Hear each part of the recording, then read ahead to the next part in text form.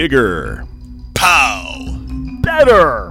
Wham! Marvel Superheroes Advanced Set. If you're game enough. You're no beginner. Blam! You've lived the battles. Crunch! You've conquered the villains. Blast! And now you demand more. Kapow!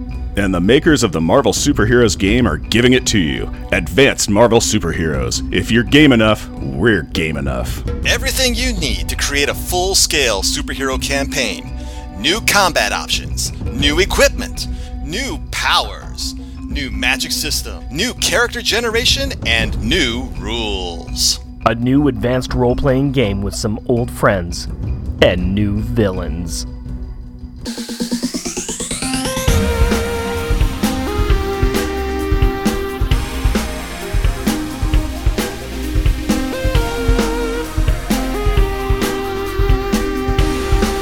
Welcome, dear listener, to our podcast. Jeff and Rick present Unpacking the Power of Power Pack, where we journey through each issue of the most underrated Marvel series of the 80s while drinking beer, analyzing awesome and amazing adolescent adventures, and absorbing alcohol. I am Jeff. And I am Rick. And I am Tim, a.k.a. Time Priest, a.k.a. that guy who sounds like the irredeemable Shag. That is not dead that can eternal lie, and with strange eons, even random banter may die. Random banter time, buddies. Tell me tales of things you've been doing. I can't place it. How about you, Tim? I am at a loss. Cthulhu Mythos, man. Oh man. Replace random. Replace. That's the most famous kind of Cthulhu-esque H.P. Lovecraft line you can get. You replace random banter with death, and you've got the full thing. I'd call it the full Monty, except let's call it the full Innsmouth. We don't want to see the full Monty of Cthulhu. That's Siege not dead. Siege not dead. No, that's disturbing on an epic level. I have to lose some geek points. I lose some nerd points here. I haven't read any Cthulhu. Okay. Some of it's great. It's been a long time since I've read Cthulhu, so okay. I'm out of practice with my Cthulhu. I haven't read any Lovecraft in a while, but played the role-playing game, done a bunch of the reading. I'm a fan of the Cthulhu Mythos. Feels like role-playing games are a theme of the night. They are a theme for me tonight. But we are burying the lead, though. We are burying the lead because your ears are not deceiving you. There is a third gentleman at the table. Mm-hmm. And by table, I mean, internet. The internet table. We have a really long table. It stretches from here to 2,500 miles away or something. Yeah. It's a real long table that fits inside tubes. So, we have the irredeemable Tim Price. Mm-hmm. One of our earliest fans and one of our dearest fans. He continually comments on our pages that we put up on the internet. He provides us a lot of feedback on Twitter, and he has been one heck of a guy and one of our Patreon members as well. Mm-hmm. So, Tim, thank you very much for joining us. Oh, I am so pleased to be here. Thank you guys for having me. You know that I've loved the show for almost since it just began, and of course I'm a huge fan of Power Pack. So yeah, basically I think we published our first one, and you were commenting, going, "Big fan," and I was like, "Okay, that just came out." So we really appreciate it. And I forgot to mention too when I was introducing you, you were our Mephisto in our infamous crossover event with the three other podcasts when we did the Mephisto versus series. An amazing series if you haven't checked it out. Yes. I'm not going to say what kind of amazing, just an amazing series. That entire joke started off with a Twitter feed where it was kind of a dare of chicken. Chicken. Where me and a few other people... Yeah, where me and a few other people were like, hey, we should do something with this Mephisto versus series sometime. Who wants to do something with it? Nobody, for good reason. So I started off, I said, fine, we're going to do this. And I started assigning roles. And I said, who wants to be a part of this? Tim said, I'd like to be a part of it, even though I don't have my own podcast. And I said, great, you're the voice of Mephisto. I had never heard him talk before, and he did an awesome job. So he really did. You really did. It was very appreciated, and it was like, hey, this is great. This totally works. Mephisto thanks you for your gratitude. I guess, Mephisto aside, what is your past and experience with Power Pack, since that's what we're here to talk about? It's kind of interesting because it also ties into the particular issue we're going to talk about fairly soon, is that during my collecting, which reached its height in the 80s and 90s, in the early 80s when Power Pack was coming along. I'll shamelessly say it. At that, I was a teenager, and if Spider-Man was on the cover, odds are I was going to give it a try. Yeah, been there, brother. Yeah, so issue number 6 of Power Pack, yeah, that was my first issue of Power Pack, because there's Spider-Man, big old on the cover right there. But I picked it up, and I was hooked. I kept buying the issues right after that, and when I had a chance, I would fill in the first 5 issues, which of course are glorious, and just been a fan of it all the way through. I kind of faded from it in the 40s of issues, somewhere around there, but by and large, I was just on board with Power Pack as much as I could, and that's, rereading it with you guys has just, rekindled all that joy, all that fun, all that love of those stories. That, as you guys put it, I mean, as I said, I was a teenager, and I was reading it through college, still in college at that point too, where this is a book about kids, but it's not a kid's book, and that's why I loved it and still love it to this day. And that seems like it's a common theme through most of the people that do follow the show, is that this is something that people found a long time ago. They found a real love for it, and it really stuck with them, and it really spoke to them on some level. It's not a kid's book.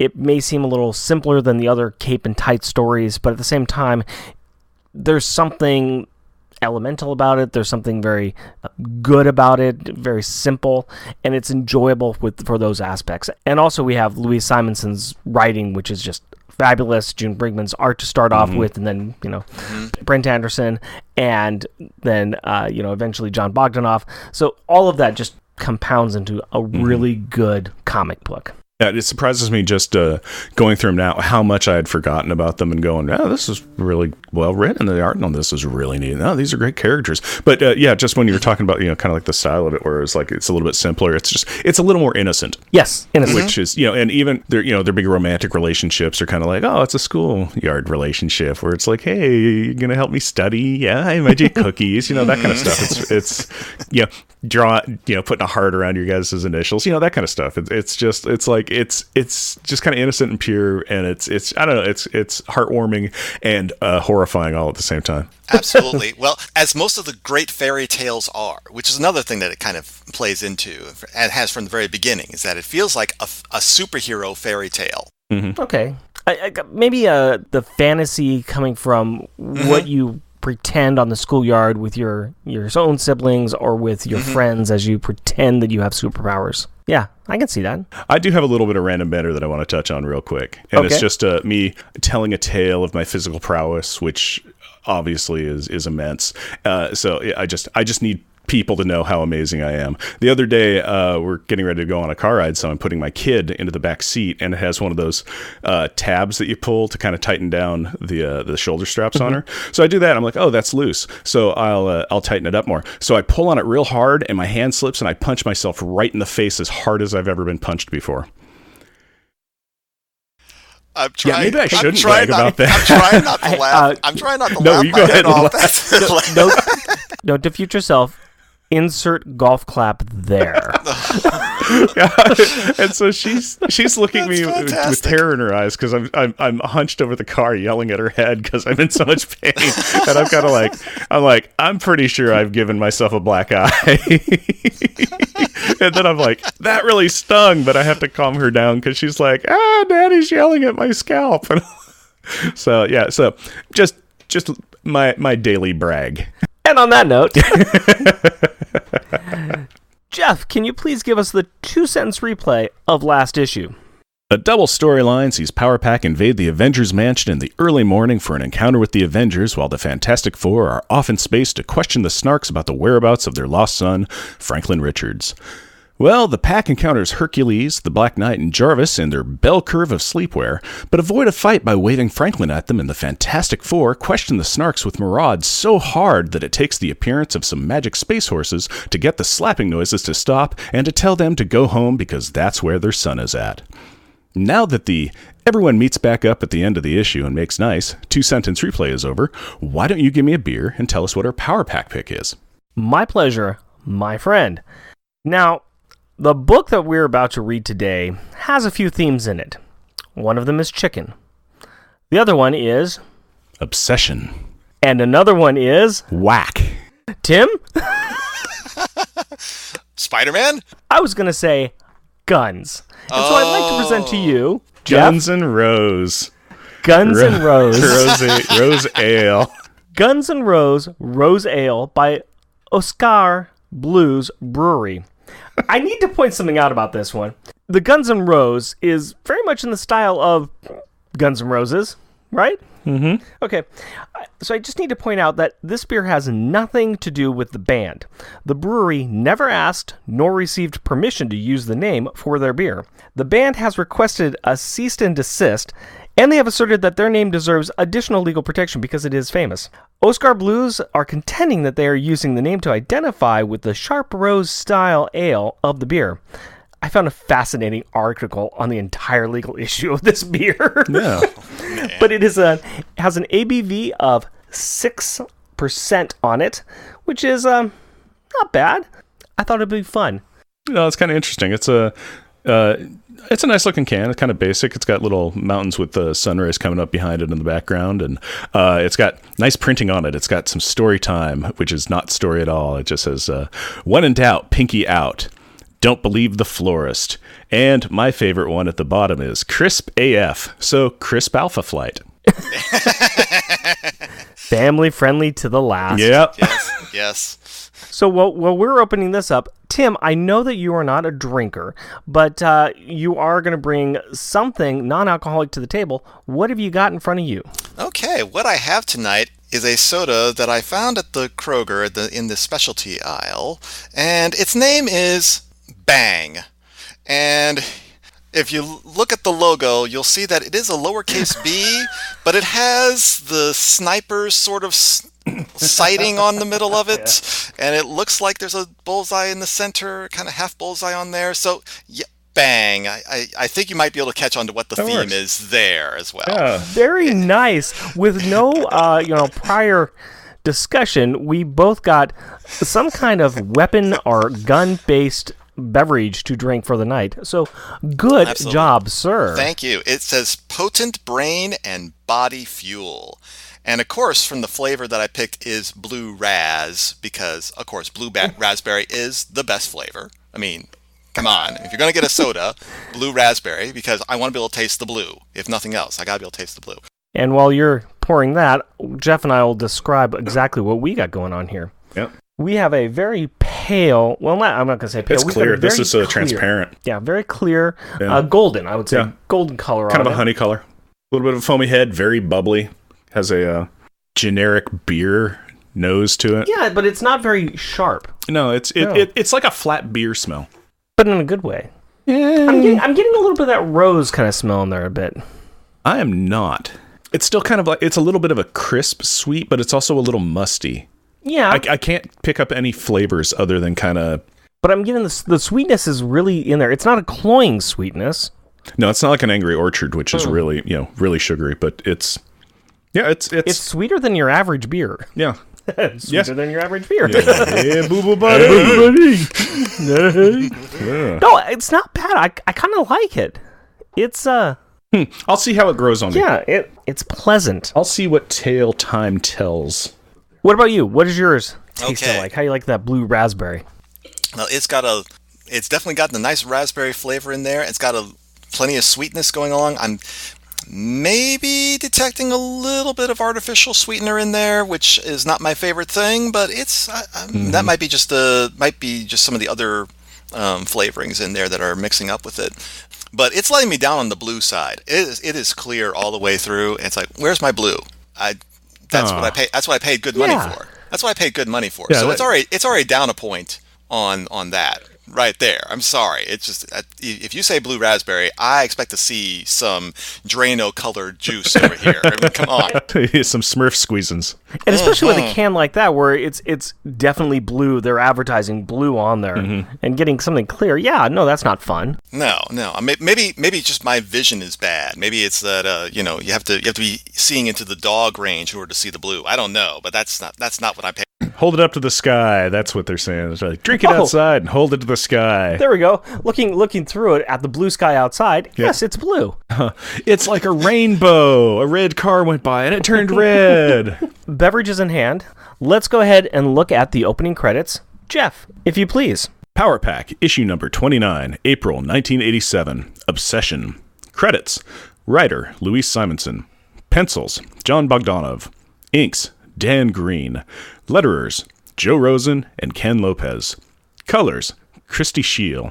Editor, Carl Potts. Editor-in-Chief, Jim Shooter. And a thanks to John Figueroa as story consultant and patrolman Joe Brown from Thomaston, Maine for technical advice. Featuring Power Pack, Alex Power, a.k.a. Destroyer, the oldest power sibling who disintegrates matter and sometimes shoots it into energy balls. Julie Power, a.k.a. Molecula, mistress of density, second oldest power sibling, controls her molecular density. Jack Power, a.k.a. Counterweight, second youngest power sibling, increases or decreases the gravity of objects he touches. And Katie Power, a.k.a. Starstreak, youngest power sibling, flies very fast, leaving a rainbow trail behind her. Guest starring Johnny Rival, Alex's school rival, Johnny, who has the best name in the world. The Hobgoblin, bad guy with a really cool costume, and the mortal foe of Spider-Man, the guy from the movie, and just the bestest superhero ever! Now, before we really dive into this issue, and as we've already alluded to, we're going to start off with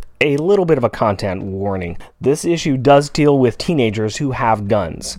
They have them on schoolyards, they use them in threatening manner towards other kids, and the gun is used in a fight. This issue is the main theme of the story and is treated in an upfront manner, but, use your own discretion in listening. And with that warning in place, we have an opening picture of Johnny Rival pointing a gun directly at the reader, saying that he is going to stop that mutie Alex Power once and for all. You could almost say that he wants to go out looking for revenge! Boy howdy, am I glad that I picked this issue to review with you. Johnny is talking to 3 of his friends. Big question mark?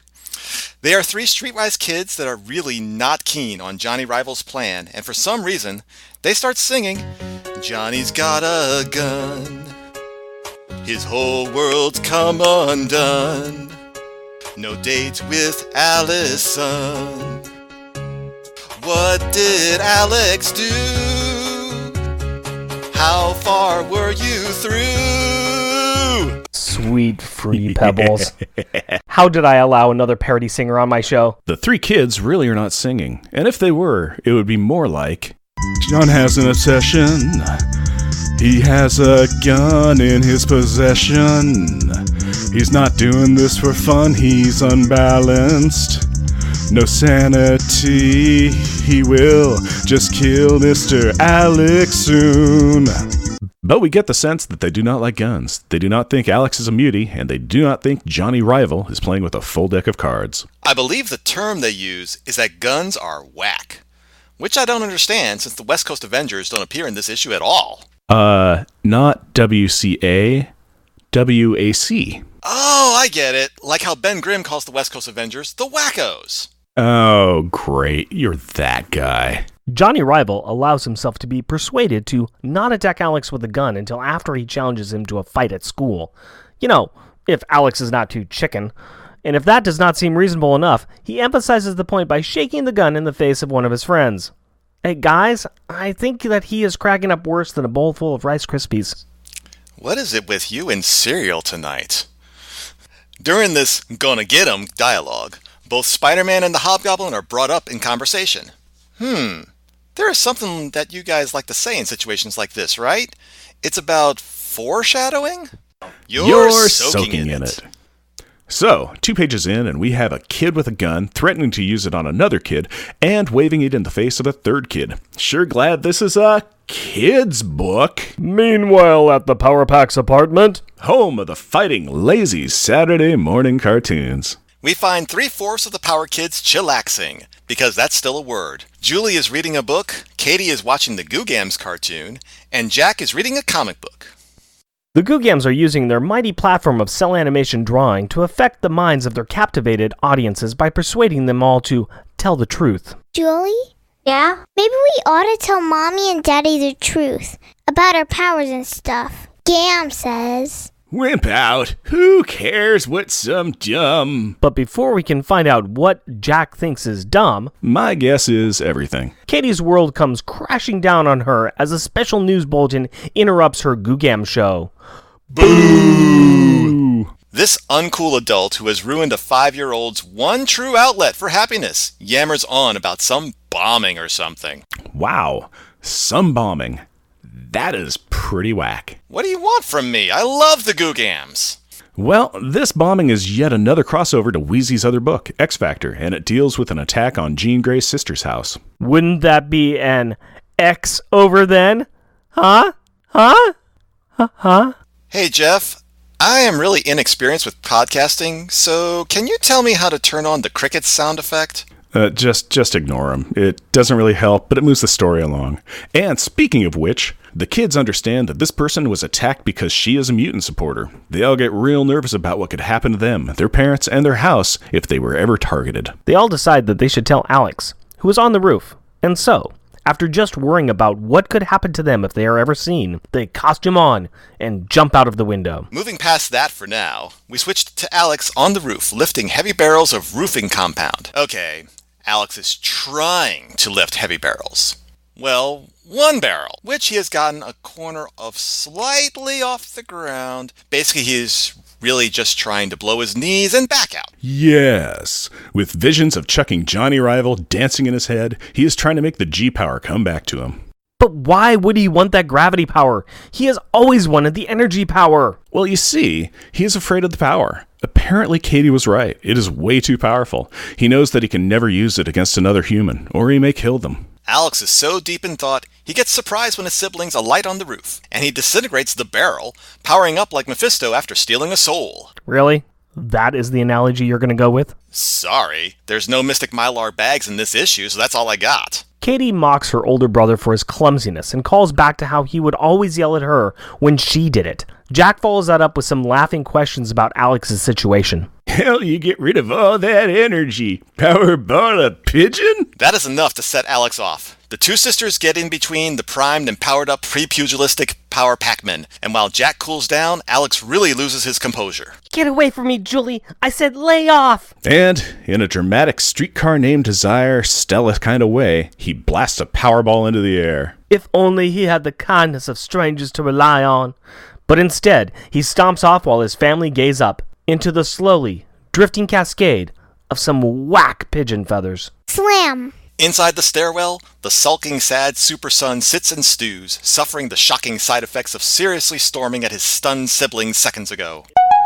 Alliteration line achievement unlocked. Yes! The next day at school, on the playground, we see Allison McCourt handing Alex a tin of chocolate chip cookies for helping her study. Aww. Then Johnny Rival comes over looking for a fight, calling him a chicken and a mutie. Next he pushes Alex, making him drop the cookies. Boo! Seriously, those were chocolate chip cookies, man. I mean, I can understand if they were a tin of oatmeal raisin, but these were sweet, sweet homemade cookies with chips of chocolate. And if they were Toll House cookies, oh.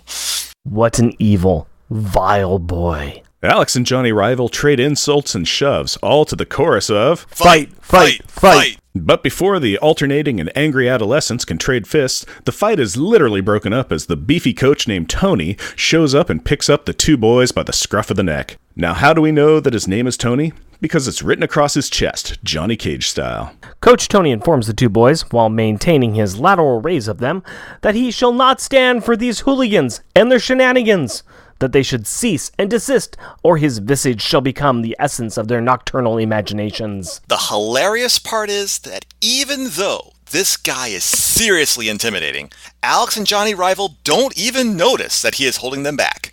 And they are not only talking smack to each other, they are making plans about where to fight after school, right in front of Tony the teacher. That's great! After school, we catch up with Johnny Rival's buddies. Now let us take a moment and really appreciate these stand-up gentlemen. They know Johnny Rival has a serious hate-on for Alex. They know Johnny Rival has a gun. They know that Johnny Rival is cuckoo for Cocoa Puffs. And yet, with all of this information, the best idea they have is to try and find Alex. And since they only really excel in bullying and intimidation, Their search methods are pathetic, and their interrogation comes off a little harsh. They find Allison, call her a freak, and back off when she yells at them. They find the rest of the Power family, and with the starting line of, "Hey kid, where's your brother?" they get a total of 3 cold shoulders and 1 none of your business. After that, they give up. That's it. Done. No telling adults or the police. Heck, they could have told Allison or the Power Kids. And then they would have done something. So, good intention, really bad execution. Coach Tony would probably make them do wind sprints until they came up with a better plan. Meanwhile in a seedy alley, home of the fighting mysterious parcels. Hey, guess what? In a comic that already has a gun, we now get a drug deal. But it does not include kids, so that is good. It does include our favorite wall crawler. Oh, I loved wacky wall walkers. Did we get some in the box of Apple Jacks? What? No, I'm talking about Spidey. Sporting the black Spidey costume, old Webhead is taking pictures, following the money trail, hoping it will lead him to Mr. Big. What Spidey does not know is that he is being watched by the Hobgoblin. The Hobgoblin? That's when I felt it. The plaintive cry for knowledge. And the call must be answered. It's time for Timsplaining! Oh, no. So, who is the Hobgoblin, and what is he doing here? The Hobgoblin first appeared in Amazing Spider-Man number 238 as a successor of the Green Goblin. First depicted as a shadowy figure who found one of the Goblin's old hideouts, he adapted the costume, weapons, and Goblin formula to give himself the identity of the Hobgoblin. Hobby has been a thorn in Spidey's side ever since. Never captured, his identity a mystery, but hints abounded that he was someone close to Peter Parker. At this time, the Hobgoblin had formed an alliance with a gang boss named the Rose to take over New York's criminal rackets from the Kingpin. This arc was approaching its climax in the Gang War storyline, appearing in the same month as this issue of Power Pack. Plus, we're a mere 2 months away from learning the Hobgoblin's true identity. And look, I got a beer called Guns and Rose. That is all well and good, but I was promised a whack teenage boy Donnybrook, and I'm not leaving until I get it. Meanwhile at the fighting grounds, home of the fighting teenage boys. In a heavily graffitied tunnel in Central Park, we find 2 chickens. Well, they look like boys, but they are chickens. You can tell that they are by the bow-legged stance, their arms pulled back like wings, chests out and bumping against each other, the protruding chins, not unlike beaks. So either chickens or maybe kind of like Toucan Sam. And do not forget the bwok sounds that they make when they talk. Here, we will have a listen in. Chicken. Me, chicken? Ha! Every time you open your mouth, you make a huge squawk. Yeah. No way, but I know where you hatched from. Out on an egg. That's why your hair sticks up so funny. It's feathers. Chicken feathers. Chicken, chicken, chicken. Just like chickens. The verbal dancing continues until Alex starts to suggest what he would do if he did have super strength. At which point, Johnny Rival pulls out the gun. Now this is not fun anymore. One could even say that it's whack. Alex quickly realizes the situation and calms down. Johnny Rival is ratcheting up his rhetoric, pointing out that this is a real gun that he had found, and he's going to force Alex to admit that he is a mutie. Then he's going to call X Factor on him and his entire stinking family. And then he's going to take all of their lucky charms. Alex is trying to figure out what he should do and how to get out of this situation without revealing his powers. Johnny Rival is waving the gun in his face, saying that his gang has laughed at him, but he is going to show everyone. And both boys continue to use the word chicken. Alex is thinking that he is a chicken for not using his powers to stop Johnny Rival. And Johnny Rival wants to show everyone that he is not a chicken by shooting Alex? Alex decides to make a move and pushes Johnny Rival's gun away from his body. Blam! This was both a good move and a bad move. One should always force the barrel of a loaded weapon away from your body, which Alex does. But the resulting gunfire has alerted the other pair of costume characters. Hobgoblin is faster off the mark, using his glider to speed towards the tunnel. Spider-Man has to set up his camera before swinging towards the sound, but he spots Hobgoblin flying into the tunnel and scooping up both boys. Spider-Man will fall for this one. Give up stalking drug pushers to save a couple of innocent kids from certain death. It's the Hobgoblin. I seen him in the paper, say? So smash him, Power. Use your muty super strength on him. Yeah. That's what I've been trying to tell you. I haven't got super strength. So, we have seen this scene before. Hoisted by their own petard by a much stronger adult, Alex and Johnny Rival decide to keep on fighting.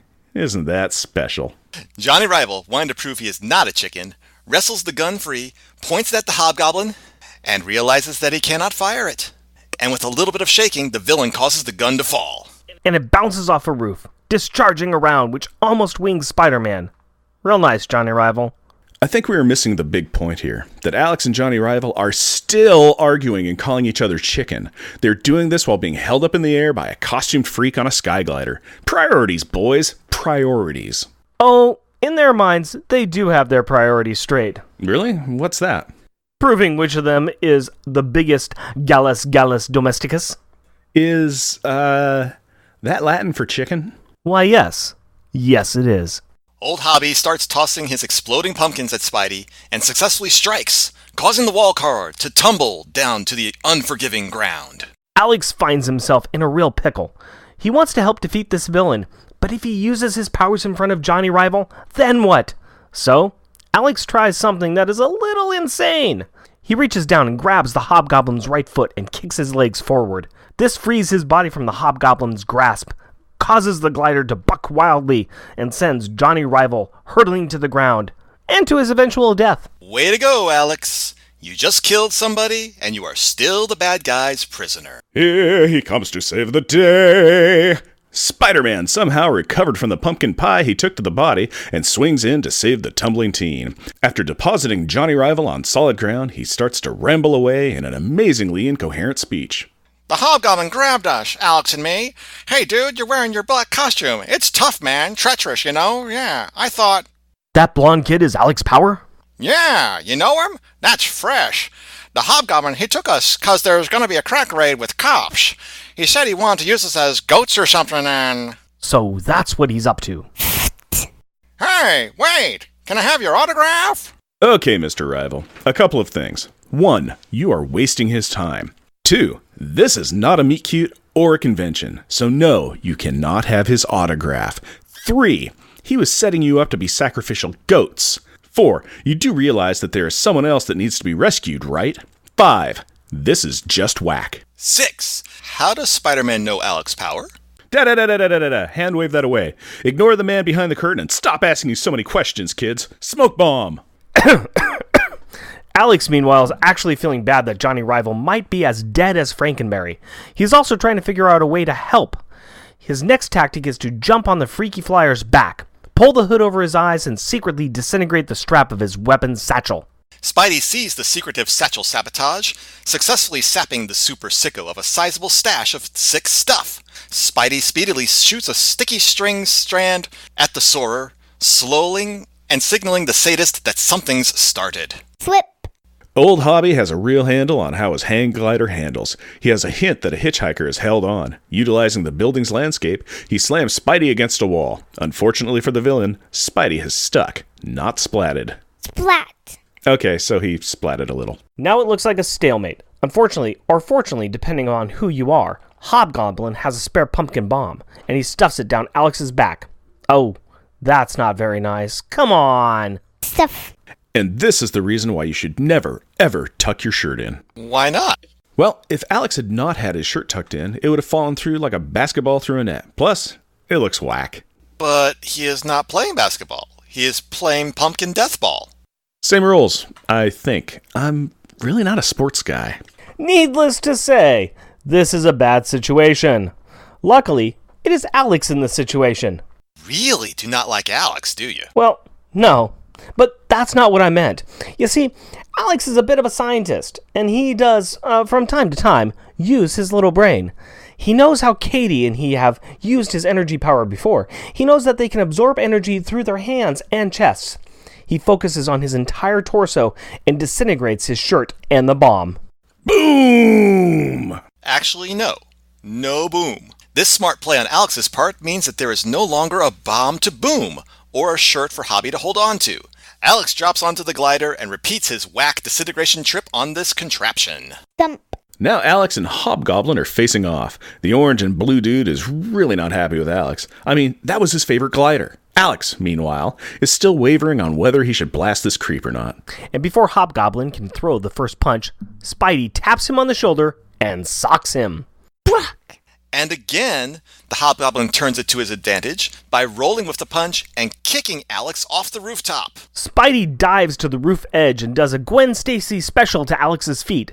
Only he doesn't break Alex's neck. I mean, this wasn't written by Jerry Conway.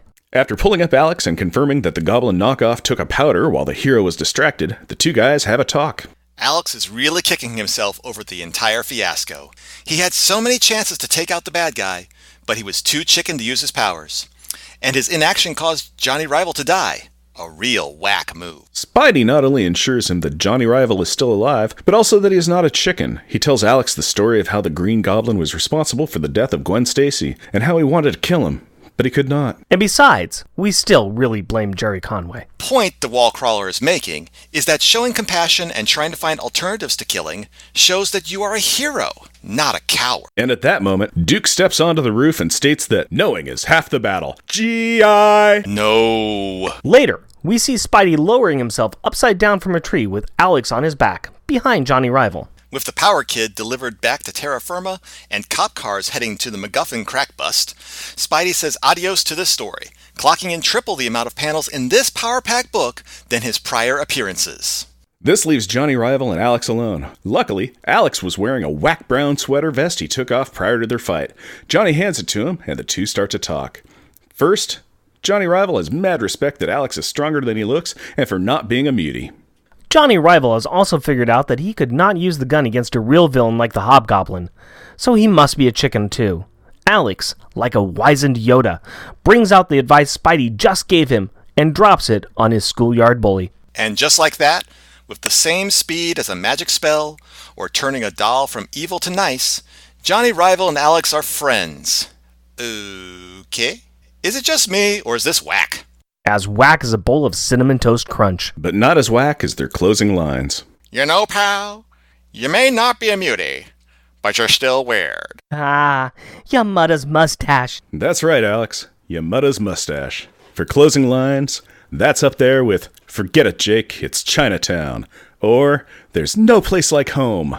No, it isn't. No, it is not. Next issue, Crack Up. We did it. We actually made it through. And that means it's time for the Power Pack packaging. Yay! What's that about, Rick? Well, that's where we take a look at the cover of the issue and actually, talk about it and say if it's any good or not. And this cover is brought to us by John Bogdanoff and inker Daniel Green.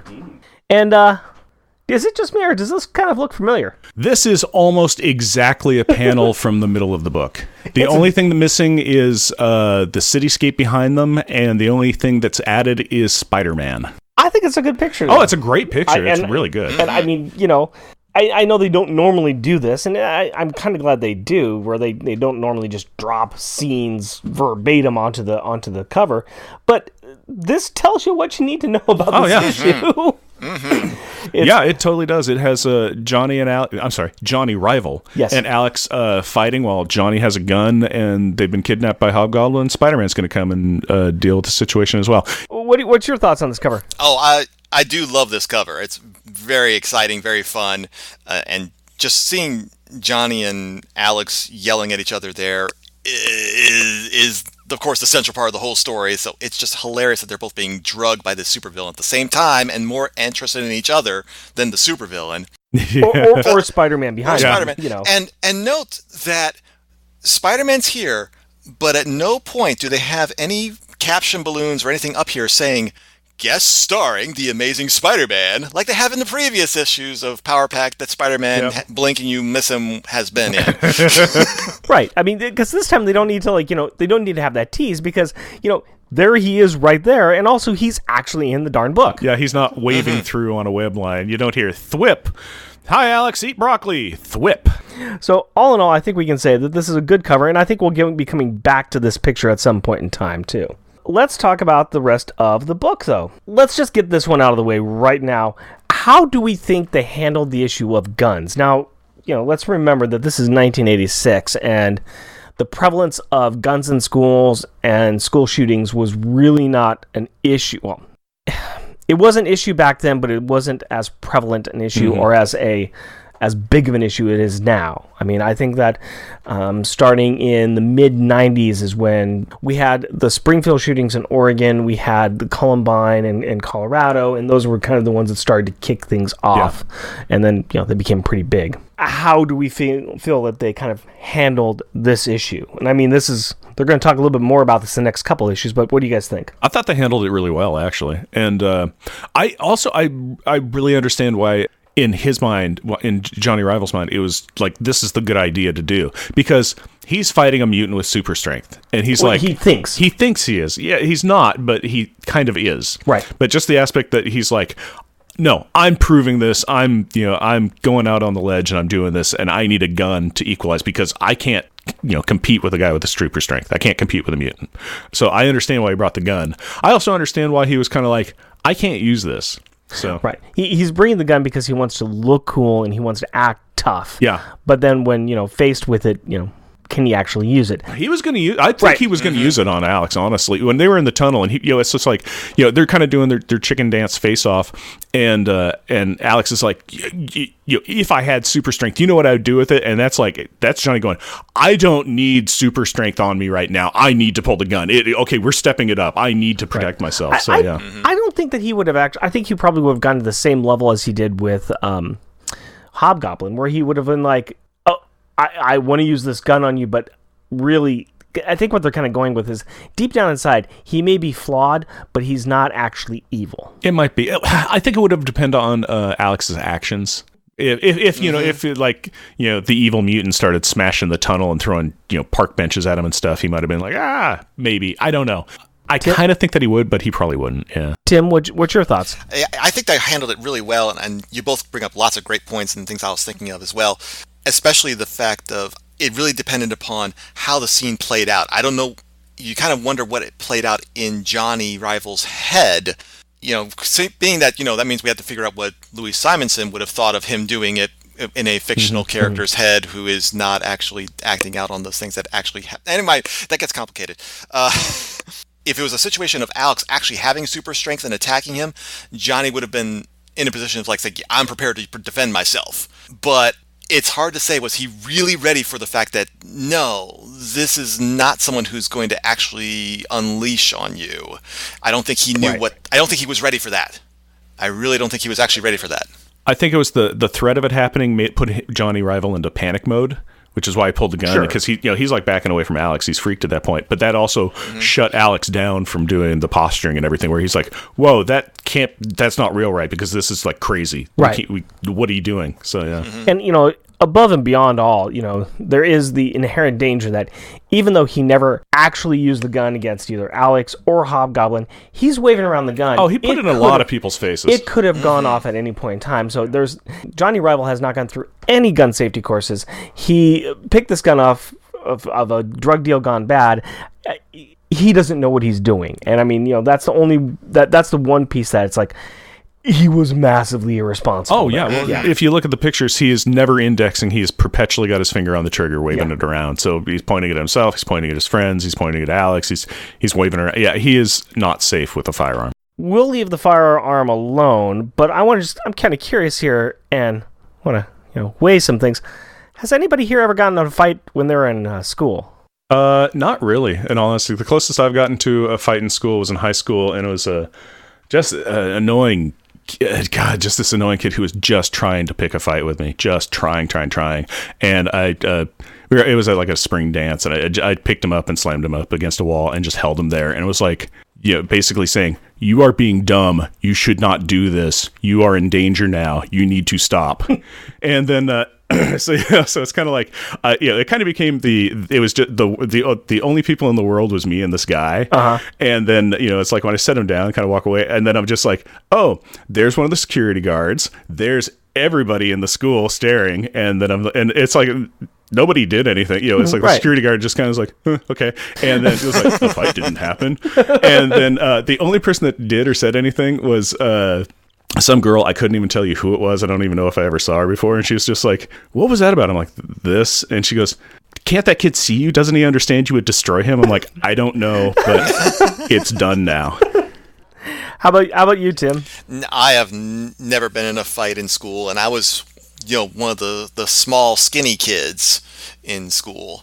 So it was definitely different dynamic. I more had a case of the occasional bullying, and Yeah, me too. the cliche things of like, give me your money, that you dealt with with some kids. The closest I ever got was maybe one kid who said he had a knife on him, but it was like never really turning into anything. He was just doing it. He was just saying those things to be intimidating to me, and it's like, man, if whatever your problems are, I don't got time for that. And I just got out. It's like I just got out. So thankfully, never for me. How about you, Rick? Yeah. Oh yeah. I was in many fights in school. I was the kid who had the temper. I was the kid who, somebody who would push me. I would lose my temper and we'd get in a fight. Did I ever win a fight? I don't believe so. Did I ever lose a fight? Oh, did I lose fights? Yes. I had moments where I had the bullies corner me on a lot, and I found myself on the ground with the bullies punching me and had to get out of that situation. I had the one where the bully came up to me in the hallway and he wanted to have a fight with me and I didn't want to have anything to do with him. And that was a time where I didn't lose my temper, and I turned around, and as I was walking away, the kid punched me in the back of the head. I stumbled a few steps, kept walking forward, and I hear this big thunk behind me. And found out later on that the ski team, because I was on the ski team at the time, a bunch of my friends from the ski team grabbed the guy, threw him up against the locker, and had a similar conversation like you had with that guy, explaining to him that it would be in his best interest to go and apologize to me later on. And he didn't bother me again. But no, I had many fights. Not proud of that, but yeah.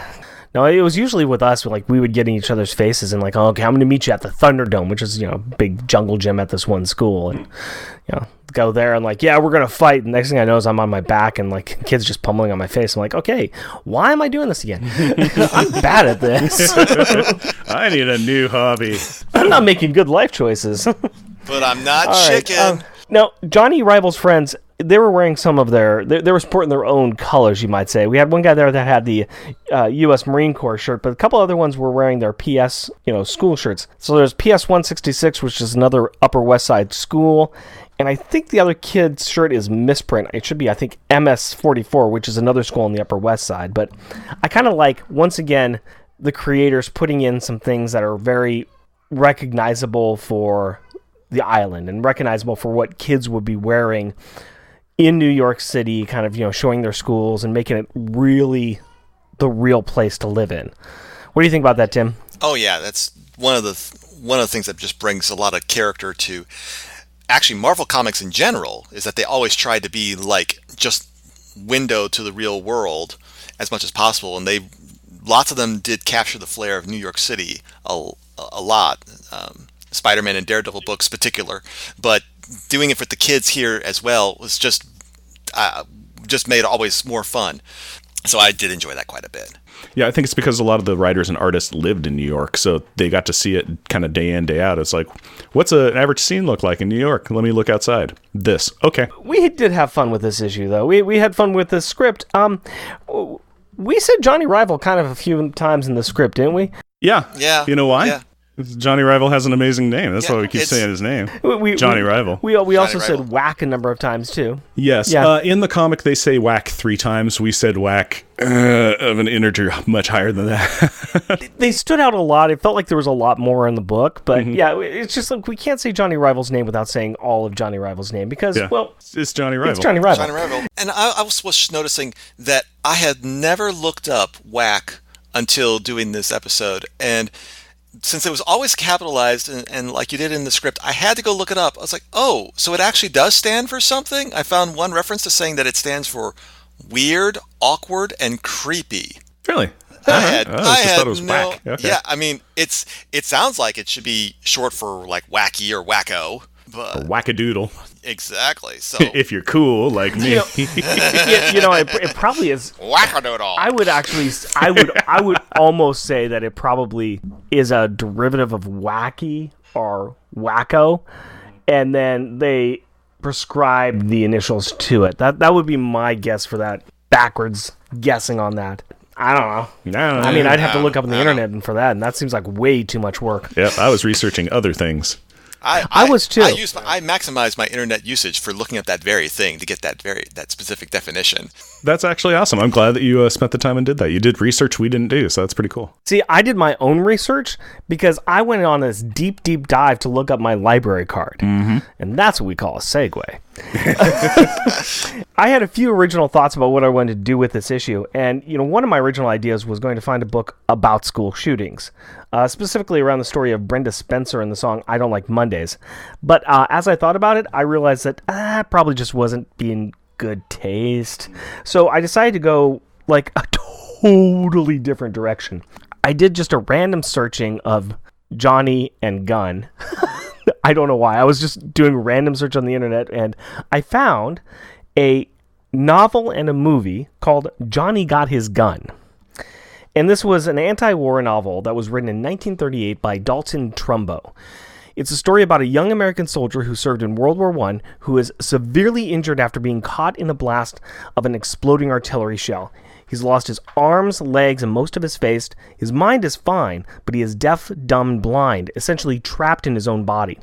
This causes the main character to relive his life over and over, injecting fantasy over the reality of his experiences.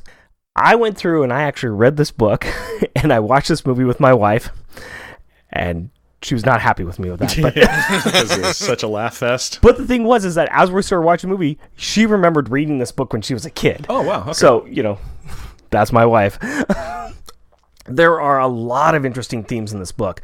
All of the narration comes from Joe's third-person inner mind and narrative. And the author uses this device to travel through the only working part of Joe's body, which is his mind. He has to come to terms with what's happening to him, the loss of his body parts, the lack of the ways he can communicate with others. He has to think of ways to distinguish between being awake and dreaming, since there's limited external stimulus he can receive.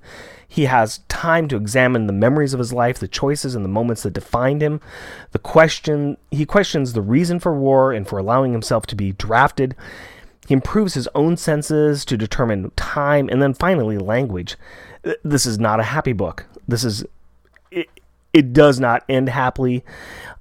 It's very introspective and it's very depressing, but it's contemplative, and it asks questions that are really interesting and are not really answered in the book, but they put them to you as the reader. Like I said, the movie does a great job of actually translating a lot of the story into visual representation, and actually the author was able to be the director of the movie when it was made in 1970, which was kind of cool too. Really interesting additional trivia about this book. That film adaptation that was made in 1971, many scenes from that film were used for the Metallica music video 1. In fact, Metallica eventually purchased all the rights to the film so that the music video could be played repeatedly on MTV, and it also kind of caused the film to become a cult classic. So there you go. That is my interesting literary reference for Johnny having a gun on the first page. Johnny Got His Gun, which has nothing to do with the book. But it's a very interesting and it's a very strange movie, but it's good. I like it. Never seen it, never read it. Yeah. I've seen the one video. I used to be a big fan of Metallica, so. But now you know where it comes from. Now I know where it comes from. And you remember that video and those scenes. Oh, big time. And that voice, voice of the main character, that's from the movie too. That's the main character. That's Timothy Bottoms. That's him saying those lines. That's what I got. What did you search the internet for, Jeff? Well, since a handgun featured heavily in this issue, I originally thought that I would talk about how firearms work and the science behind what makes a bullet so deadly. But then I saw the return of the letters page and a question and answer that were posted there, so I decided to talk about them instead. The question comes from Michael Griesman of Columbia, Maryland, and is as follows. I love the lentil soup episode at the end of the comic. I have one question, though. What the heck are lentils? Carl Potts' response is, lentils, small flat legumes, good sources of protein, iron and B vitamins, excellent in soups and casseroles, and they sprout well. Carl then follows up with a recipe for Papa Power's world-class lentil soup. Rinse lentils. Pre-soak 3 to 4 hours. Change water twice. Simmer 1 hour with onions, garlic, carrots, and potato chunks. Add salt and pepper to taste. Serve with a good crusty bread. Now, you might be asking, why are you giving me a recipe for soup from the letters page? Well, 2 reasons. First is that Carl Potts answered Michael's question and went to the trouble of giving us Jim Power's lentil soup recipe. I think that this is amazingly funny and cool of him to do so, and I really wanted to bring notice to it. The second reason is that this is about cooking, and cooking is an amazing blend of both art and science. In fact, it's called the food sciences. I cannot stress this enough. Cooking has every reason to be in Science Corner. And I hope you enjoyed it. So you ran out of time is what you're telling me. No, I actually... a little bit, yes. But also, no, it was just the fact that I read the letters page, and I'm like, that is absolutely fantastic. It's food science, and it fits right in. And it doesn't tie into this issue, but it does tie into a previous issue. You know what? I personally believe that putting somebody on the spot with no preparation whatsoever, they can still provide a better Science Corner than you. Tim, take it away. Oh, that's good stuff. Thank you. I think instead of doing Science Corner, I'm going to take you to a different part of the school. Over here, it's the math lab. Have you seen the math lab? We have, whiteboards and formulas. Exactly. It's great stuff. So yeah, this is issue number 29. Now, why is issue number 29 interesting? Well, by a strange coincidence, just a couple of weeks ago, I was asked by another podcaster to join him to cover issue number 29 of a comic book that he was reviewing. And that was completely a coincidence. It was not planned at all, but I was thinking, that's important. What else is important about the number 29? So I looked up some things on it, and here's what we got. 29 is the 10th prime number. It's the sum of 3 consecutive squares. 2 squared plus 3 squared plus 4 squared. Saturn completes its orbit of the sun in 29 years. There's 29 days in February in leap years, which hopefully all of you learned in school. And not necessarily part of Math Lab, but I got married when I turned 29. So I think those are all important facts about the number 29. With no preparation whatsoever, nothing written down, he could still come up with a better Science Corner than you. Oh, well, his isn't science, it's math. And also, he said he researched or looked up. So... Smoke bomb. Smoke bomb. Psh, gone. I didn't. No, there was no research over here. What are you talking about, you mugs? Nah. I need you all to look over there. Be distracted by the power thoughts. Let's talk about the final thoughts of this issue. Let's talk about our big giant refrigerator that we're putting all this great art on, and let's talk about what piece of art from this book needs to be put on the family refrigerator, starting off with our guest, Tim Price. Okay, so starting off back up funny, and also just to show that I can't follow the rules. My backup funny, I start on page 8 on the bottom left. And I called this one, well, I never. Because we have the Power Kids are being talked to by Johnny Rival's friends, and they're giving them the cold shoulder, and there's Katie down there with her nose up in the air as high as it can go as they walk away, and that is just adorable. So that is fantastic. That's a good choice. That's great. I like that one. I like that one a lot.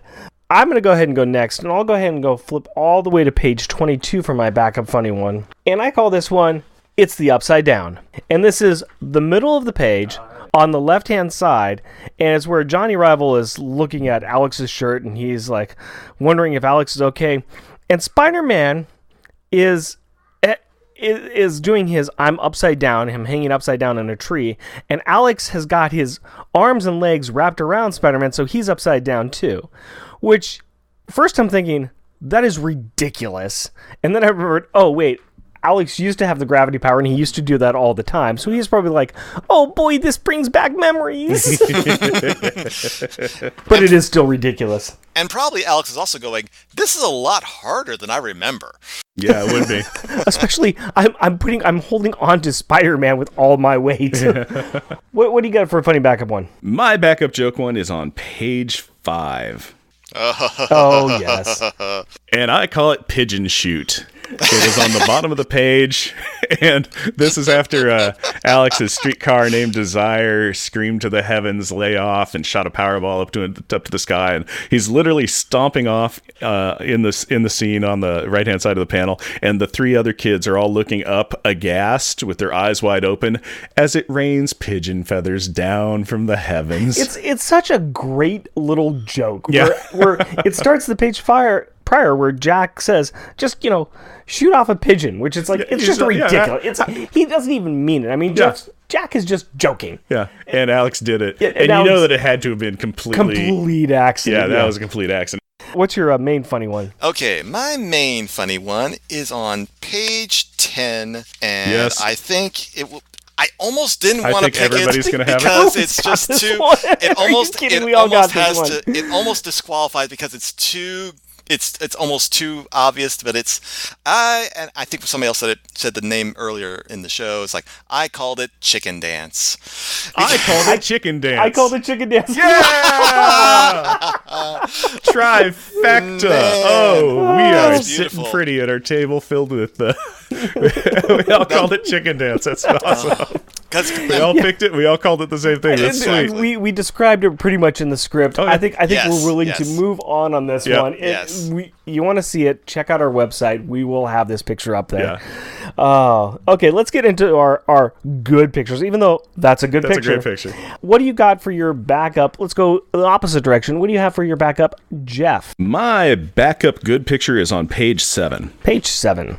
And I call it Cookie Crimes. It's in the upper left-hand corner, and it is these chocolate chip cookies that Allison brought Alex they're having a bad day because they've been dropped on the ground like twice here, basically. And Johnny Rival just pushed Alex down on top of the cookie tin, flying them up into the air even more. Later on, they get one of the cookies even gets disintegrated by Alex. So it's just it's cookie crimes. Bad things are happening to cookies. It's a good picture. I mean, it's great. There's action. There's motion going on. You have the debris flying up of the cookies, and it's very much a very real schoolyard scene. Yeah. You want to say anything about that one, Tim? I do like it for that very reason. The tin is going one way, the lid is going another way. You can see Johnny in the end of his push motion. Alex starting to flail down at the bottom. It's a good one. I like that. My backup good one is actually, I'm going to take page number 1. Oh yeah, I'm calling Gun. Yeah, and I know it's a splash page and it's almost an easy gimme, but it's really good. It's Johnny. You see him holding the gun with 2 hands, and it's a front-on shot. It's a front-on picture here, where you can just see the bullets that are in the gun because it's a revolver. You just see Johnny's face, his mouth and nose are covered behind. You just see his eyes and his brows furrowed. It is a very detailed and kind of scary, kind of just opening picture. Especially the gun is taking up about you flip over the page, and that's what you see a gun pointed at you. Yep. Oh yeah. I mean, if this was an issue of The Punisher, you wouldn't even bat an eye at this. But this is Power Pack. So It's a very striking image. Right, and this is a kid holding this too, so yeah. Mm-hmm. What do you got? What's your backup one? Okay, for my backup, it is on page 16, bottom right, and I call it, Hello, my pretty. Because we have the Hobgoblin holding Alex by the scruff of his shirt. Alex is got a half tear going out of one eye because Johnny has just fallen, and the Hobgoblin has that toothy evil grin just right in Alex's face, and it's just I love that. He's biting his lips too. He's got his lips inside, and he's biting down on them. He's trying to hold it together is what he's doing. That's a very good and evocative picture. Yeah, it's got a lot going on with it. It's 2 portraits, but it's got a lot going on. Yeah. Yeah, the whole thing here is that this kind of summarizes what I thought John Bogdanove did throughout this issue. I think he really wanted to draw Hobgoblin. Because Hobgoblin, every single scene with Hobgoblin is just expressive. Some of it's almost slapstick cartoon level of reactions, but I love them. You know, you get more than one yoinks look out of him throughout the issue too. But then when he looks evil, it is just chilling. So yeah, he knocked it out of the park with Hobgoblin. So I love that. Yeah, good choice. Jeff, let's get into our top picture. What do you got? My top picture is on page 13. I call it supervillain here. Could you pay attention to me? Because it is basically the redo of the cover page. Yeah, it is Hobgoblin carrying around Alex and Johnny Rival where they're still fighting and flying around. He's like, ha ha ha, I kidnapped you. This'll get Spider-Man. See, and I called You're the equivalent of Hostess fruit pies. See, this is what I call the picture. There's the laughing There going. you go. Yeah, 5 ha-has right there. All right. You had a different one for your top one, though, right? Tim? Yeah. But one more comment on this page, though, too, is that since I did qualify as my best in show, I kind of disqualified it from being the top one just because it was already the cover, and because I almost didn't want to do it because it was almost too obvious to be the top one. I was like, I chafed at that. You know, it's like when it seems like, And it's a splash page. It's a full page. It's a splash page. It's also the mirror image that they use on the cover. That's kind of an interesting. Yeah, it is. It's they just flip the cell basically. And the title I had for it was "If Only I Had the Boogeyman's Plastic Baggies for These Kids." Yeah, mirror image, a couple other accoutrements, and some coloring choice differences. But yeah, it's about the same picture. Yeah, that almost is. That flipping back and forth, that's... Yeah, that is the same picture. It's slightly cropped different, it's cropped a little different, too. Much. And the cape is a little different to make room for the Power Pack logo on the cover versus versus this page. Yeah. But, he definitely took the image, he cribbed pretty well. Flipped it over and retraced it. Yeah, he I would say. So you had a different one though, right? Yes, I did one for my top one. I went to page 18. It was kind of a tie between the two middle panels. I kind of think they go together. I don't really put them. I put them together. So the middle one's right there, and then I called it "Don't Wear Hoodies" because there we have Alex pushing the hoodie down over the Hobgoblin's face, showing that, you know, hoodies next to capes are not the most practical thing when you're going to get into fights because they obstruct your vision from side to side. They can be pulled down over your eyes. And Alex just pulls the hoodie down, disintegrates the bag, and starts just pounding on the Hobgoblin's head. And it is just awesome. It is pretty great. It is good. Alex does two pretty good. He does a few pretty good moves up there. I mean, his weird flip move that he did to put him off balance was a good move. It just wasn't well thought out. It just didn't quite happen. Right. Yeah, it didn't quite work out. And then, you know, this entire move with the disintegration and then punching Hobgoblin in the head, Alex is showing that he can still handle himself, even though he's competent. Yeah, even though he's not using his power too much. Yeah. What's funny on it to me is the reason that he pulled the hoodie over Hobby's head was so that he can't see that he has superpowers. Sure. And within about 8 panels, he's like, "I'm glowing and ready to go to town, Hobgoblin." Absolutely. Well, it's also he kept funny. his secret very shortly. Yeah. It's also kind of interesting that when you see Alex before, even with the G power, throwing the fists is not something Alex does in previous issues. No, it's not. This is not what he does. He's the smart one who tries to be clever. You would think Jack, no problem. Jack, no problem. Yeah. And even Julie has laid a smackdown now and then. I think the light speed power helped her with that, but she would mix it up, which was pretty awesome for, the young lady right there. That was pretty great. So, but Alex hasn't really had to mix it up like that before. So and he's going to take on, Spider-Man's arch villain of the era. Yeah. It's like, you go, man. Yeah, I love Hobgoblin. He was one of my favorites. Let's talk about some childish insults. Rubber and glue moment. What do we have as the best or most childish insult? Go ahead, Tim. What do you got? Okay, so my backup is on page 3. And you can always count on Jack to bring the insults, of course, right? Yep. So, and so on the bottom panels, and we have What's a firebomber gonna do, dope? Send us a questionnaire? Are you really a mutant, or do you just look like one? Get real, Katie. Yeah. It's fun to do, isn't It's fun. It's fun to do.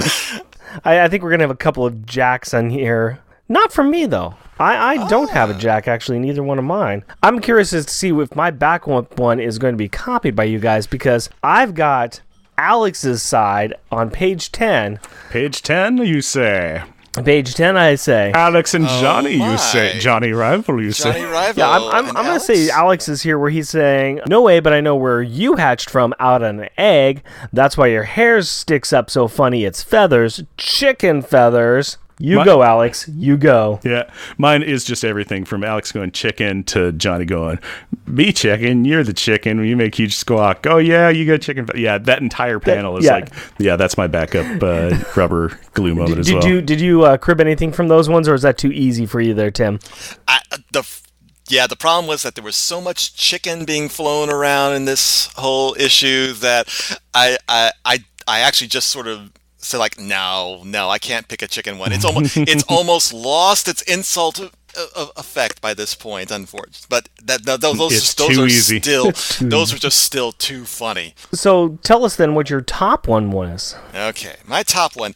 It blurs the line between being childish and downright sinister sounding, but we're going to go to page 20. You've got my top one. Oh, yeah? Yeah. The bottom right? Yep, that's it.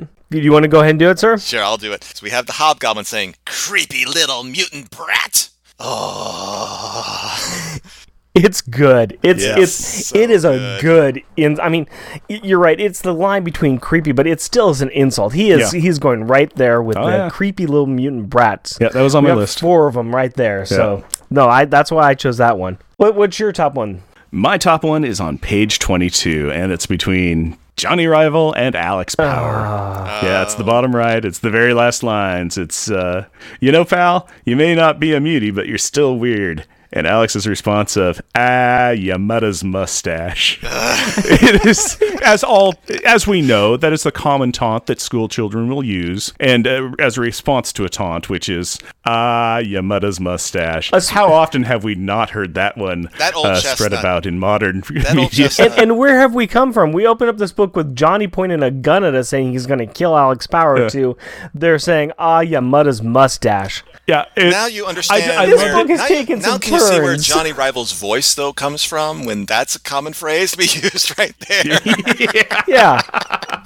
It is the stupidest thing in the world, but you got Johnny saying, you maybe not very mutant, but you're weird. You're weird is a classic kind of taunt. I've never heard, outside of this one instance, I have never heard your mother's mustache ever before, and I'm like, I'm in love with that, and it's so terrible. Yeah. So that's my top pick for a rubber moment. All right, I've got a very interesting and easy question to ask you, gentlemen. Who's the best and worst kid in this issue? Just focused on Power Pack.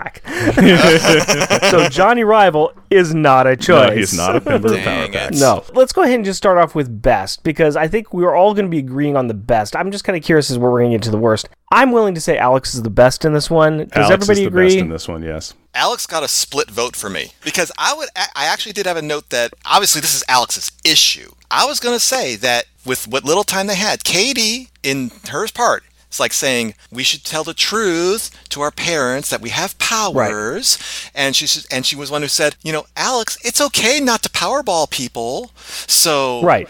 Katie was on point for this issue. But Alex definitely came through, and yes, I think this is the moment we've been kind of waiting for. Or at least I've been waiting for. I don't know about you, Rick, because I feel about Alex. No.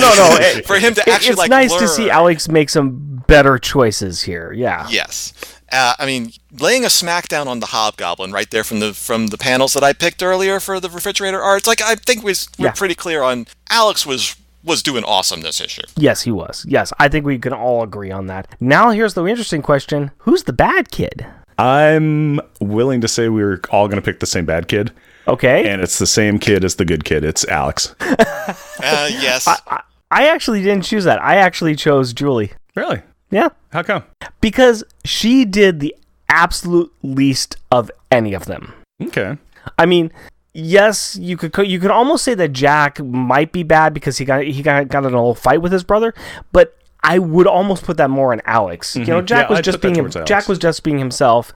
And, you know, he was only like, yeah, we should go up and tell Alex. You know, he was the first one to jump up and say it. Yeah. For everything that Tim just said about Katie, I was like, yeah, Katie, she's involved with this too.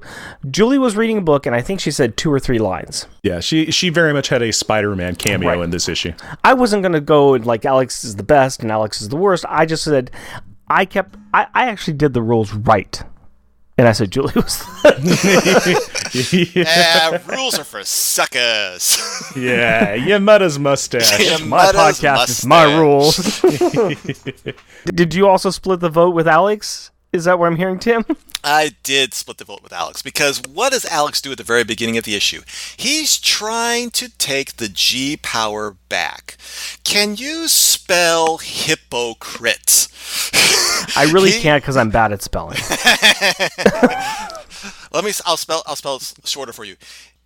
Alex. He learned the hard way that it's not so easy to Powerball people as he thought. And what does he try to do in typical selfish me fashion? Yep. He tries to get rid of the Energizer power and take back the power that he had before. Aww. Yep. So, no. The worst. But he had his redemption through this issue. That was the whole point. So that's kind of, I call it all the way. You have to be your worst to get that redemption at the end of being the best. So. All right. I'll let you guys do that. Fine. You got nothing really to say here, but G-Force. Yep, G-Force is where we do the scientific equivalent of how many G's Alex has dropped in this issue. So the G-Bomber has let us down yet again, so we have 0 G's, and that gives us a G average of 1.07, which is approaching Earth's gravity, and we have a G total of 31, which is the surface of the sun has the gravity of 28, so this is 3 over the sun's gravity. But also, I want to introduce another little important factor, which I'm going to call the chicken coop. And that's the number of times that the word chicken was used in this issue. And that's 19. Whoa. Now, 19 times the chicken word was bandied about, excluding things like eggs and feathers and pigeons and things. Just literally the use of the word chicken. So 19 chickens, and I did research the average weight of a chicken, and that is 4.5 pounds. So 19 chickens weighs 85.5 pounds, and the average weight of a 12-year-old boy is 88 pounds. So they said chicken enough to account for one of them being a chicken. Hey, Jeff. Yeah. That's pretty foul. Well, what do you expect? I'm all cooped up here with you. I think you're just laying eggs. Yeah. Your mother's mustache. This is going to be my generic. I've lost interest in the conversation. Right. Come back. I thought that was pretty good. I think he was cock of the walk right there. Oh. You know, I'm just proud that I haven't made a single chicken fighting reference for these two boys. You know what? You guys can crow all you want, all right? But I want to move this on to top grades. Okay. You know, let's grade these eggs. Yeah. I just kind of fell into that one. Was it a AAA, or was it, I don't know how grading works on eggs other than what I just said. We need to look and see where this issue fits on our ever-growing list of all of the stories about Power Pack. We've got Power Pack number 25, which is our first one, and we still have Thor 363 as our last, our number 31. So, gentlemen, we have a Alex-centric episode, so it's not all of Power Pack, but it still is a good Power Pack story, I guess. Yeah. Where do you guys feel like this goes? It's a great story. I just don't think it's one of the best. It's definitely not in the top. Okay. It's not the worst. It's not the best. It's somewhere middle. Give it some slop. I don't know where it should go, kind of thing. It's just, I'm like, yeah, it's okay, but it's not great. I'm kind of looking somewhere in the middle, and we've got Homecoming around number 18. And this is kind of more of, I mean, they're all in it. It's more of a Julie-centric episode. Yeah, but still, everybody's had their things. Homecoming was better. Okay, so let's move on down a little bit here. Let's go down to, Wounded Wolf. Uncanny X-Men number 205. Katie-centric episode. This is number 24. Do we say it's better or worse than Wounded Wolf? That was very much a single character. Very much a single character. With a non-Power Pack person as one of the major characters as well, like this one did. Yes. I personally think that Wounded Wolf is better. Yeah. I love John Bogdanov's art, but I mean... yeah, well, if you're talking art alone, the other one is, it's just so messy and beautiful. Yeah. Let's go down a couple more spots here and look at The Breakfast Club. Yeah, I'm kind of thinking somewhere around Breakfast Club, probably. I like this one more than Breakfast Club. Okay, so we could put it above that. Then what about Reckoning, which is Julie trying to run away to Asgard? I think I like this better than that one. Okay, so that brings us up to Monsters, where the kids are captives and break out and save Dragon Man. Yeah, I would put this above that one too. Okay, let's put it right is easy below. Then. If it's let's put it better right than below. Monsters, but not as good as Wounded Wolf. The new number 25. New number 25. New number 20. Yeah, no, that's right. Yeah, the new number 25. What's your thoughts on that, Tim? Yeah. Oh, I'm right on board with you. That sounds like a good spot for it. Yeah. Okay. So then we agree. Number 25 is where we are going to put that. This brings us to our final thoughts on our beverages. Not just beer, our beverages. Yes, because we have a multitude of bevies. So, Tim, talk to us about how you enjoyed your little beverage, even though it wasn't blue. That is the only problem that I have with it. Other than that, it was really good. It was just like the nice blue part of a bomb pop right there. That's how it was going down. Nice and sweet, good little flavor, kept on going. The carbonation, of course, stayed nice and fresh in there. So, I liked it. I would could give it a 4. I could give it a. It's. I think it's higher than a 3. I don't know if it's cheating to do 3.5. But, Nope, we do halves. We do halvesies here. All right. I would give it a 3.5. We're not like Musical Genius. We are like Musical Genius Joe November. Yeah. So what you're saying, a 3.5? Yeah, I'd give this a 3.5. Yeah. All right. And what's the name of it one more time? Bang. Blue Raz. Let's talk about Guns N' Roses by Oscar Blues Brewery. Jeff, how have you been enjoying this? To be honest, I'm finding it to be, it's not really what I'm enjoying. I can taste the rose flavor in it. I still kind of am getting like a musty rose. And then as it goes, it's like, I can kind of, I'm tasting kind of a rosewater flavor staying on my tongue. But I also find it to be kind of like very syrupy, like kind of leaving a syrup layer on my tongue. I drink it again, but I'm not loving it. It's not even a fine plus. It's like a 2.5 for me. It's kind of one of those, oh, you got one in the fridge? Yeah, I can have one again. But it's nothing I would go and hunt down again. Yeah, I can understand what you're saying about that. I think that I'm agreeing with everything you're saying on that. But for me, those flavors are not necessarily bad. I can agree with it all. It does have that kind of syrupy kind of taste to it. It's got that musty rose. I'm definitely getting the rose kind of flavor in there. It's not really bitter. No. So that makes it a little more enjoyable for me. It's got a micro kind of tart to it. Yeah. But I think that I like a lot of those more tart type flavors. So I think that's why I'm enjoying it just a little bit more than you. But at the same time, it's an interesting curiosity. Yes. I think I would call it. Yeah, I think that's probably where I'd land on it myself.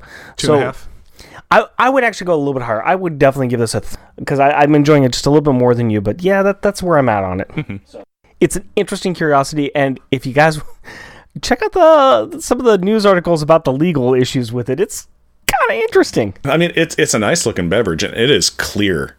Yeah. It is clear and very kind of like a light honey colored. Yeah. It looks nice. It's just kind of Kids Perspective, where we ask a question or premise of the book to Rick's daughter and get her opinion of the book. So, take it away, Carrie and Rick. Hi, Carrie.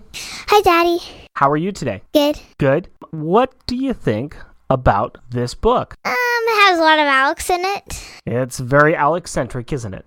Yes. What's going on in the book? Well, Johnny Rival, he got a little bit upset, like a lot upset about what happened back at the Central Park. And so he brought a gun because his neighborhood turned into like a war. Okay. He found the gun in his neighborhood because there was a bunch of people selling drugs and somebody threw away the gun and he found it. Yeah. And he's trying to repay Alex. He's trying to pay Alex back for Yeah, beating what he him up. did. Right. Yeah. But I don't know why, but in the end, they became friends-ish. Yeah. Why do you think that happened? Well, I was thinking probably because they started getting worried for each other because they thought the other one died. Why is that? Because they both got separated. What was going on? What caused them to get separated? The Hobgoblin, he dropped Johnny, and then Alex started getting worried. And then when they fought, and then when Alex and the Hobgoblin started fighting, Johnny started thinking that Alex might die. Right. Because he doesn't know that he has powers. Right. And in the end, they got along because they realized that neither one of them was... dead. Yeah. And neither one of them was a chicken. There you go. That's the theme. Chicken. You know what the theme should be called? What? You're a chicken. Is it okay for people to call each other chicken? Not really. And if somebody called you a chicken, what would you do? Probably get really upset and you felt like really wanting to punch them. Why? Because you got kind of mad. Yeah, but would that happen to you? Would you do that? No. So what would happen if somebody called you a chicken? I would just go with it. You don't care, do you? Yeah. I just don't care. That's probably a good attitude to have, Carrie. Because, you know what? It doesn't matter what anybody thinks of you. You just have to do good things yourself, right? Yeah. And that's kind of what they figured out, too. Otherwise, I would end up in the principal's office. Do you have any questions? No, but I want to talk about the cover. Okay. Some folks don't get to see this. We described the cover pretty well. What do you think of the cover? I think it suits it very well. Do you recognize that cover from the book? Yes, except for the Spider-Man leaping out. Right. There's a little differences, but it's right out of the book. It's a pretty good picture, isn't it? Yeah.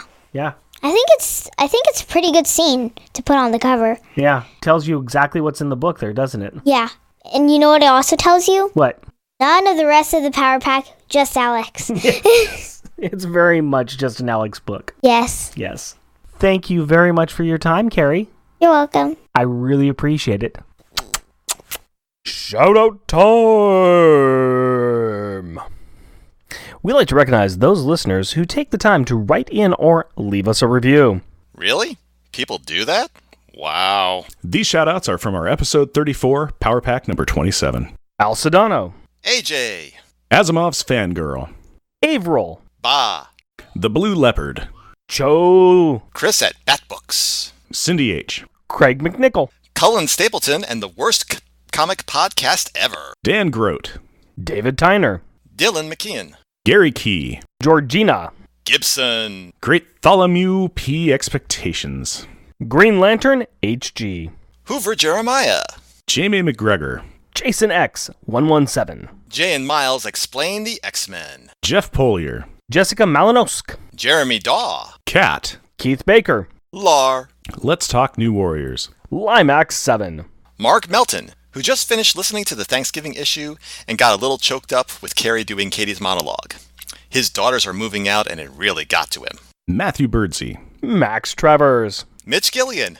When you come to Portland, Oregon, be sure to check out the Nerd Out, the premier geek bar. Nicholas Comus Reflections Prom. NZ Waffles. Pat Christato Sampson. Patrick R. Carey. Patrick Renee. Perpetually falling over. Rustin LF. Sam's Tangled Web. My boys at the Secret Wars and Beyond podcast. Spider Ed, Far From Home. Steve. Studicrous. Talking Julie Power. Tim Price. Hey, that's me! Trent Farrell. Warlock Thanos Podcast. And Zach Sally. And we have an iTunes reviews from Saha Devil. These guys put their hearts into this podcast and you can hear it. Is it rehearsed? No. Don't know, but the dialogue and delivery are first class. You'll hear this on NPR soon, probably. Oh, if only we could have their money. Funny, entertaining for all kids, big and small. They're having fun, but the quality speaks for itself. Wonderful. I'm not sure she listened to our show. Yeah, I'm sure she doesn't listen to something else. Be sure to check out our other shows that we're on.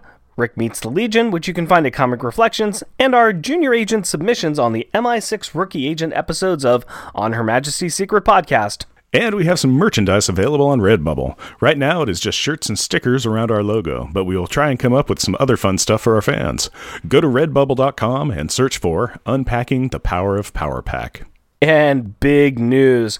We have another interview for our next episode, and it is a big one. Now you might be asking, how can we get any bigger than our interview with June Brigman and our interview with Louise Simonson?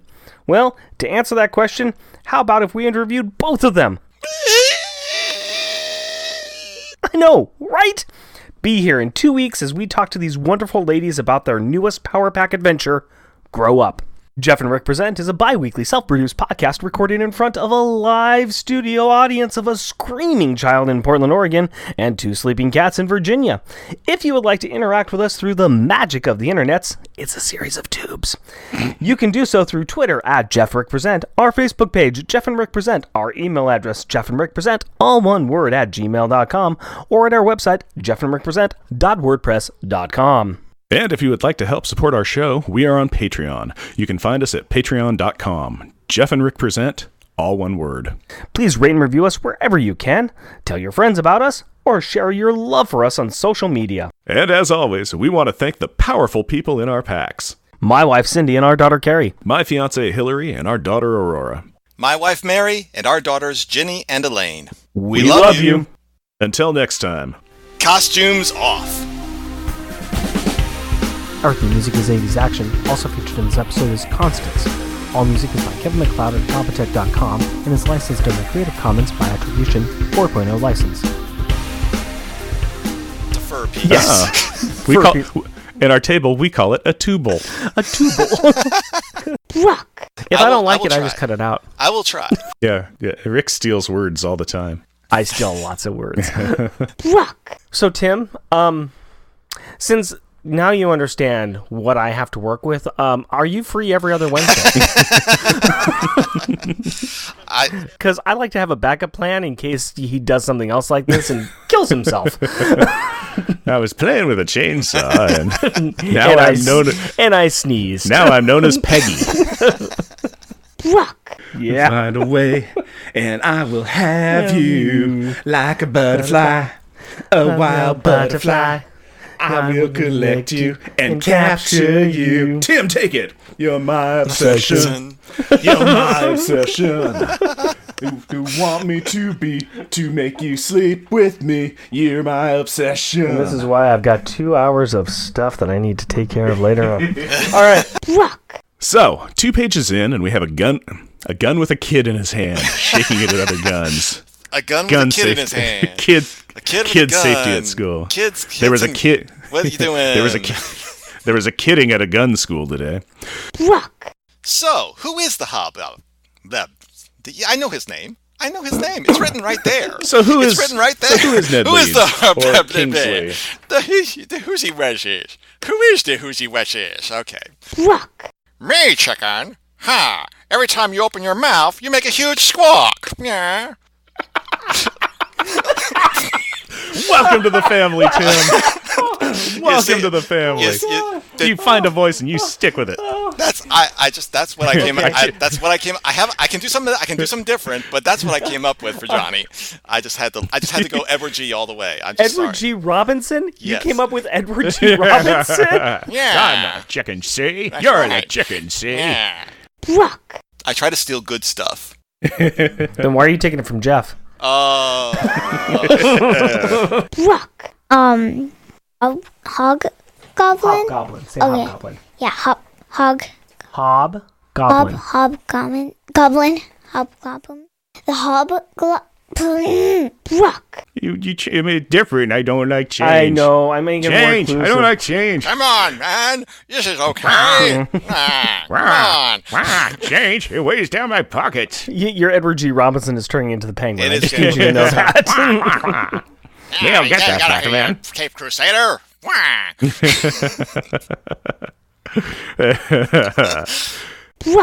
Yay! There you go. That's how we do a podcast. We cough and sputter a lot, and we go on tangents, and we misread words, and Wow. That's pretty frightening.